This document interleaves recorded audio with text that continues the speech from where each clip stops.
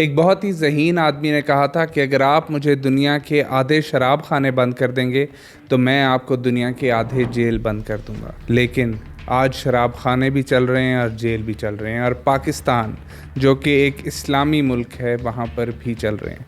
हम में से कोई भी ऐसा नहीं होगा शायद जिसने कभी किसी को शराब के नशे में ना देखा हो, चाहे वो टीवी पर हो या वो सड़कों के ऊपर हो।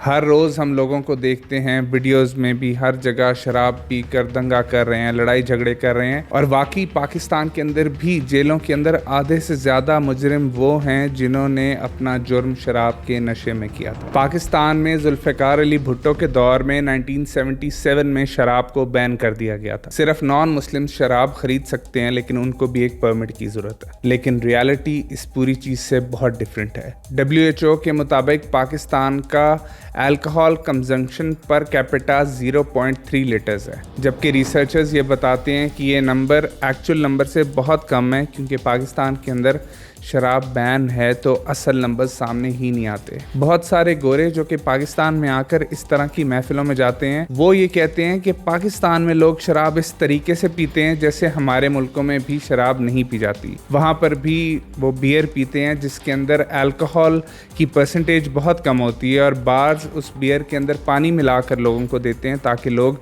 बहुत ज़्यादा ड्रंक ना हो जाएं। जबकि पाकिस्तान के अंदर लोग नीट शराब पीते हैं, ना उसमें पानी मिलाते हैं ना कोई और चीज़ मिलाते हैं। अगर मिलाएं भी तो जो अल्कोहल पाकिस्तान के अंदर बिक रही है उसकी अल्कोहल परसेंटेज बहुत ज़्यादा है। यानी कि असल नशेई और असल बेवड़े आपको पाकिस्तान में मिलते हैं। लेकिन पाकिस्तान में इन शराबियों को शराब मिलती कैसे है? पाकिस्तान में तो सो कॉल्ड शराब पर बैन है, लेकिन पाकिस्तान में हर जगह और हर तरीके से शराब मिल रही है। पाकिस्तान में शराब की दुकानें भी मौजूद हैं। पाकिस्तान में ऐसी जगह भी मौजूद हैं जहां पर आप चलती गाड़ी से सिर्फ ब्रेक मारो और शराब लेकर चले जाओ। बहुत बड़े बड़े होटल्स, 5 स्टार होटल्स जो पाकिस्तान में हैं, उनकी पार्किंग से खुलेआम शराब बिकती है। उसके बाद फिर पाकिस्तान में शराब होम डिलीवरी पर भी अवेलेबल होती है। कुछ जर्नलिस्ट का ये कहना है कि पाकिस्तान की शराब की इकॉनमी मिलियंस ऑफ डॉलर्स पर है, क्योंकि पाकिस्तान के अंदर लीगली भी शराब बिक रही है और इल्लीगली भी शराब बिक रही है। पाकिस्तान में मरी ब्रूरी जो कि एक बहुत मशहूर ब्रांड है, उसकी एक बहुत पुरानी फैक्ट्री मरी के अंदर है जो कि तकरीबन 100 सालों से पाकिस्तान के अंदर शराब बेच रहे हैं, और अभी हाल ही में इन्हें शराब एक्सपोर्ट करने का लाइसेंस भी दे दिया है इस गवर्नमेंट ने। यानी कि पहले वो सिर्फ पाकिस्तान वालों को शराब पिलाते थे, लेकिन अब इस्लामी ममलिकत ऑफ पाकिस्तान शराब एक्सपोर्ट भी करेगी। यानी कि हम पहले सिर्फ शराबी थे, अब हम साकी भी बन गए हैं कि अब हम पिएंगे भी और पिलाएंगे भी।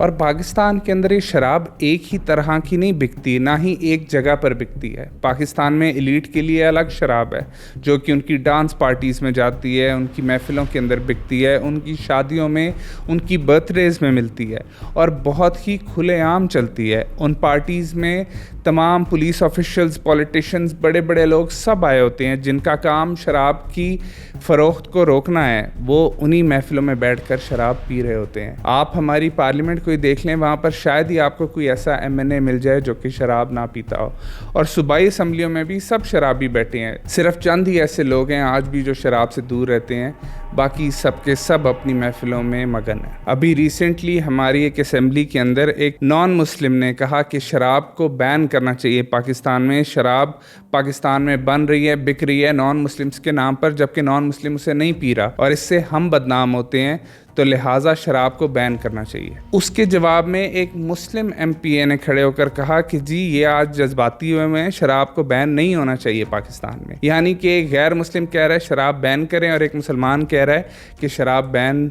मत करें। तो वो रेजोल्यूशन जो कि हमारी एक लोकल असेंबली में पेश की गई वो मुस्तरद होगी। इसके अलावा भी हम अक्सर व बेशतर TV शोज़ में देखते हैं कि वहाँ पर पॉलिटिशियंस आए हुए हैं, वो शराब के नशे में आ गए हैं।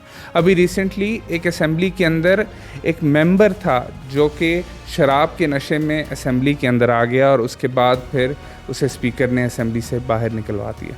ये हालात हैं हमारे मुल्क के, जिसे हम इस्लामी जमहूरिया पाकिस्तान कहते हैं, और ये इस मुल्क की एलीट के हालात हैं। इस मुल्क का जो गरीब तबका है वो भी शराब से दूर नहीं है, नशे उसने भी पूरे करने हैं, लेकिन वो पीता है सस्ती शराब जो कि अक्सर व बेशतर पॉइजनस भी होती है और वो शराब लोकली बनाई जाती है। 2016 में टोबा टैक्सिंग के अंदर 40 लोग जहरीली शराब पीने से मर गए। उसके बाद कराची में 2020 में दर्जनों लोग इसी तरीके से जहरीली शराब पीने से दुनिया से चले गए, क्योंकि इन सस्ती जहरीली शराबों में, जो कि हमारे यहाँ लोकली बनती है, मेथनॉल मिलाई जाती है, जिसकी वजह से ऑर्गन फेलियर भी हो सकता है, इंसान अंधा भी हो सकता है और इंसान मर भी सकता है।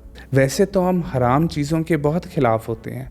सूअर हराम है तो हम सूअर को हाथ नहीं लगाते, चाहे हम दुनिया में कहीं पर भी चले जाएं, लेकिन हम शराब बहुत पीते हैं। बहुत सारे यंगस्टर्स हमारे पाकिस्तान से बाहर घूमने फिरने पार्टी करने जाते हैं, वहाँ जाकर बहुत शराब पीते हैं, लेकिन सूअर नहीं खाते। हालांकि हराम तो दोनों ही हैं। वो सूअर इसलिए नहीं खाते क्योंकि पोर्क को सोशल मीडिया पर उस तरह से ग्लैमराइज नहीं किया जाता, जबकि शराब को ग्लैमराइज किया जाता है।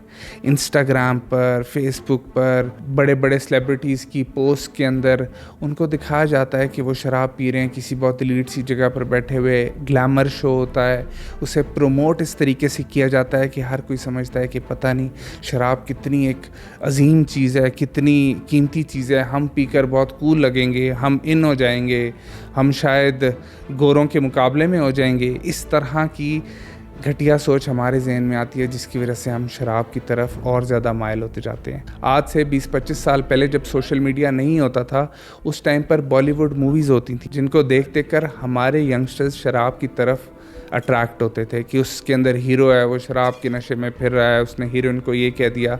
शराब को बहुत अच्छा दिखाया जाता था, जिसकी वजह से ये पाकिस्तान के अंदर भी अडॉप्ट कर ली गई और आज बहुत ज़्यादा पी जाती है हर जगह।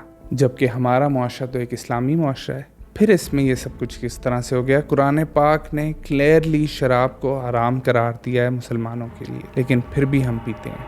हम इतने हिपोक्रेट लोग हैं कि हमने नाम बनाया हुआ है कि इस्लामी ममलिकत पाकिस्तान, लेकिन काम हमारे बिल्कुल इस्लामी नहीं है। वो लोग जो कि रमज़ान शुरू होने से एक रात पहले जहाज़ में ट्रैवल कर रहे होते हैं, वो इतनी ज़्यादा शराब पीते हैं जहाज़ में, क्योंकि मुफ्त में शराब मिल रही होती है, और अगले दिन से रमज़ान शुरू हो रहा होता है तो कहते हैं सारी शराब आज ही पी जाओ।